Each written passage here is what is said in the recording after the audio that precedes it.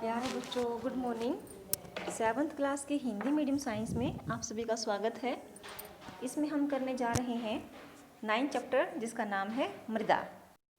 तो मृदा के चैप्टर में हम पढ़ेंगे मिट्टी कितने प्रकार की होती है, कहाँ कहाँ पाई जाती है, मतलब मुख्यतः उससे क्या क्या घटक होते हैं, कहाँ कहाँ मतलब हम किस प्रकार की खेती कर सकते हैं, किस किस प्रकार की मिट्टी में, और मिट्टी किसी से बनी हुई है, कैसे बनती है, आदि इन बातों के बारे में बात करेंगे। मृदा सबसे महत्वपूर्ण प्राकृतिक संसाधनों में से एक है। यह पादपों की जड़ को दृढ़ता से थामे रखकर तथा उन्हें जल और पोषक तत्वों की आपूर्ति करके उनकी वृद्धि में सहायता करती है।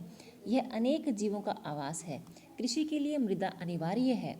कृषि हम सभी को भोजन, कपड़ा और आश्रय प्रदान करती है, अतः मृदा हमारे जीवन का अभिन्न भाग है।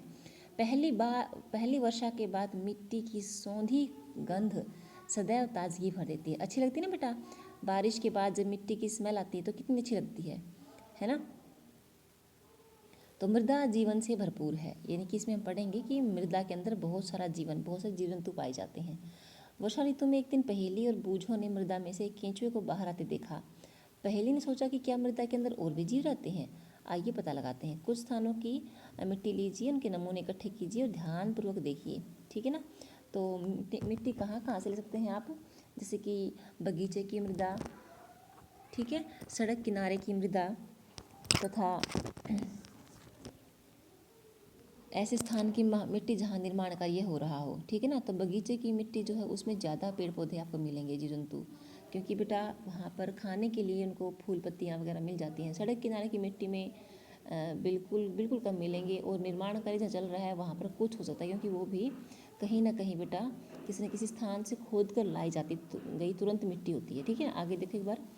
इसके लिए आप हैंड लेंस, आवर्धक लेंस का प्रयोग कर सकते हैं। प्रत्येक नमूने का ध्यानपूर्वक निरीक्षण कीजिए और कौन कौन से पौधे आपके उसके अंदर मिले ये लिखिए सारणी 9.1 में। अपने परीक्षणों के बारे में अपने मित्रों से चर्चा कीजिए। क्या आपके मित्रों द्वारा एकत्रित किए गए नमूने आपके नमूने में जैसे ही हैं?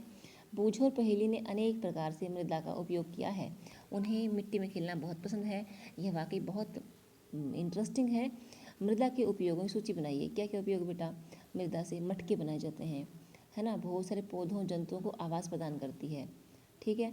और यह हमारे लिए फल जैसे कि खाना, या फिर जैसे कि और भी व्यावसायिक फसलें हैं, सभी फसलों का जो आधार और क्या है? मिट्टी ही है, ठीक है बेटा? आगे देखिए क्या कहा इसने। मैं जानना चाहती हूँ कि सड़क किनारे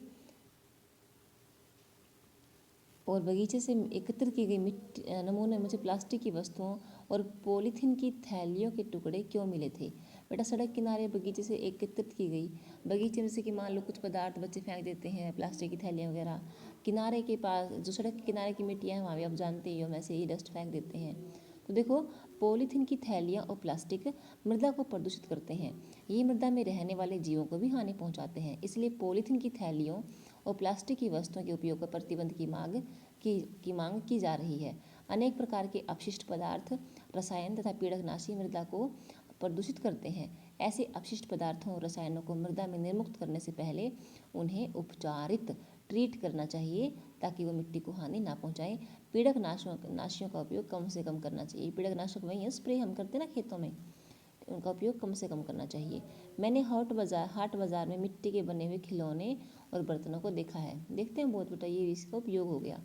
मृदा परिच्छेदिका यानी कि प्रोफाइल, यानी कि मिट्टी का एक ऐसा हम देखना चाहते हैं कि मिट्टी बनी कैसे है, ठीक है ना? उसका एक प्रोफाइल देखना चाहते हैं।